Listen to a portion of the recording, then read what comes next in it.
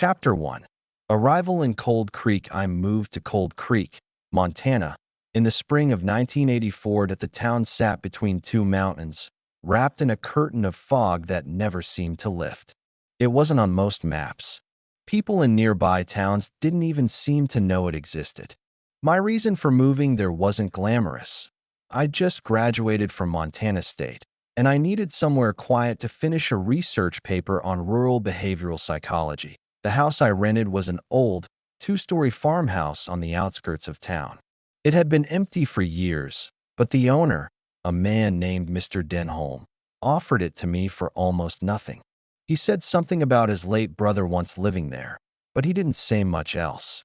The house had peeling wallpaper, a persistent smell of kerosene, and the kind of creaking wood that sounded like whispers when the wind blew. Cold Creek itself was a strange little town. About 400 people lived there. Most of them worked in the sawmill, the rest in a factory that made electrical wiring. The streets were quiet, too quiet, and every face seemed to turn toward me when I walked by. They didn't smile. They didn't wave. They just watched. The first few days were uneventful. I spent time organizing notes, reading by the fire, and walking the hills around the property. The land was beautiful but lonely. One night, while working at my desk, I noticed something odd. The phone on the wall, an old rotary model, clicked. Once, then twice. I lifted the receiver, thinking maybe it was a crossed line, but there was nothing. Just static. That static continued every night for 3 nights. Always around the same time, 11:47 p.m. I asked Mr. Denholm about it when I saw him at the general store. He just looked at me and said, "Don't answer it if it rings after midnight." I thought he was joking. He wasn't. Chapter 2. The first CLL. The call came on the 5th night. It was exactly midnight when the ringing started. Slow, steady, mechanical. The kind of ring that makes your stomach twist for no reason. I hesitated, remembering what Denholm said. But curiosity got the better of me. I picked up at first, silence. Then a faint voice, female, distorted, like an old record player spinning too slowly. "Why did you come back?" I froze. "Who is this?" I asked. A soft laugh came through the static. Then, click. The line went dead. I stood there for a minute, heart hammering, staring at the receiver. The rational part of me wanted to believe it was a prank, maybe bad wiring, a local teen messing around. But something about that voice, it didn't sound like it was coming from a person on another phone. It sounded like it was coming from inside the line itself. That night, I couldn't sleep. Every time the floor creaked, every time the house sighed under the wind, I thought I heard breathing. Around 2 a.m., I finally got up, made some coffee, and sat at my desk by the window. The fog outside was so thick it looked like milk. Then, through the haze, I saw someone standing near the fence. A tall figure. Still, watching the house. I turned off the lamp, hoping my eyes were playing tricks on me. When I looked again, the figure was gone. The next morning, I found footprints in the mud, bare footprints, and no shoes. No socks, just long, narrow, human feet that led from the woods to the fence and then disappeared. Chapter 3. The town's secret. I went to town that day, shaken but pretending everything was normal. The people in the diner looked at me like they always did, expressionless, watchful. I ordered coffee and sat at the counter. The waitress, a woman in her 50s named Margaret, poured my cup and said softly, "You're staying in the Denholm place, aren't you?" "Yeah," I said. "Is there something wrong with it?" She didn't answer right away. Then she said, "It's best to stay upstairs after dark." That's all. Before I could ask what she meant, a man in a gray jacket came in and sat at the far end of the counter. She stopped talking immediately. Everyone in the diner went quiet. When I got up to leave, the man turned slightly, and I saw his eyes, pale blue, almost white, like the color of snow under moonlight. He smiled, but it wasn't friendly. That night, the phone rang again. This time, it didn't stop. I picked it up, hand shaking. "Who are you?" I said. The same female voice whispered, "He's standing behind you." I spun around. Nothing but the empty kitchen. The phone went dead again. I unplugged it from the wall, threw the cord across the room, and went upstairs. But at 3 a.m., the phone rang again. It wasn't plugged in. Chapter 4. The recordings. By the end of the week, I decided to record the phone calls. I borrowed an old cassette recorder from the library in town. The librarian, a quiet man with trembling hands, gave it to me without a word. That night, the call came earlier, 11:30. I hit record. "Who are you?" I said into the receiver, static. Then a faint sound.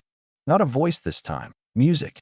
A music box melody. Faint, broken, like it was underwater. I let it play for nearly a minute before hanging up. When I replayed the tape, something new was there. Words under the melody. "You can't save them, John." The name hit me like a hammer. I never told anyone my name in this town. The next morning, I went back to the library to return the recorder, but the librarian was gone. The woman at the front desk said he hadn't shown up for work. They'd found his car by the river, door open, engine still running. The police came later that day to ask questions. One of them, Officer Dale, kept staring at the phone on my wall. Finally, he said, "If it rings again, don't pick it up. That's not a line we control." Chapter 5. Voices beneath the static. I didn't sleep for 2 days after Officer Dale left. Every noise in that house, every creak, every sigh of the floorboards sounded like a whisper. I stopped using the downstairs lights. The glow from my desk lamp was the only thing that made the shadows tolerable. On the third night, I made the mistake of listening to the recording again. The same warped music box tune played, but this time, something new slipped through the static. A faint echoing sound. Voices. Many of them. I turned the volume up as far as it would go. It wasn't words at first. Just murmuring, like people whispering from another room. Then, clear as day, a single sentence surfaced. "They never left." I froze. I replayed it over and over, trying to convince myself I was hearing things. But the words were there every time. Soft, tired, and unmistakably human. At dawn, I went to town, clutching the cassette like it was evidence of a crime. The diner was nearly empty. Margaret was there, pouring coffee for a couple of men who looked like loggers. When she saw me, her face went pale. "You shouldn't be here," she said. "I need to ask you something." I told her. She shook her head. "Not here. Meet me behind the church at sunset. And bring that tape." I spent the rest of the day waiting, pacing the dusty living room, staring at the silent phone on the wall. I almost started to believe I'd imagined everything until the clock hit 11:47 p.m. and I heard it again, the faint click from the phone line. Only this time, it didn't ring. It was just listening. Chapter 6. The meeting. The sun was almost gone when I reached the church. It sat at the edge of town, half swallowed by the forest. The building leaned slightly, as if the earth itself was tired of holding it up. Margaret was waiting behind it, wearing a long gray coat and smoking a cigarette. Her hands were shaking. "You brought the tape?" she asked. I handed it to her. She held it like it might burn her. "Where did you get this recording?" "The house." "The phone calls," I said. "You told me to stay upstairs." "What?" She looked around nervously, then said, "That house belonged to the Denholm family. Not just the man who rents it to you. His brother, too. They ran something out there back in the 50s. Nobody talks about it, but people know." "Know what?" I pressed. She took a deep drag on her cigarette, exhaled smoke, and said quietly, "They recorded people. The ones who went missing. The voices never stopped." I didn't know how to respond. She handed me the tape back, her eyes wet and trembling. "If the phone rings again, don't just ignore it. Burn it. Burn the line." Then she turned and walked away into the trees. When I got home that night, the first thing I saw was the phone cord lying in the middle of the floor. It had been unplugged again. I hadn't touched it. I stepped closer and saw something that turned my blood cold. The receiver was off the hook, and a voice, clear, not distorted, was whispering my name. "John." It was Margaret's voice.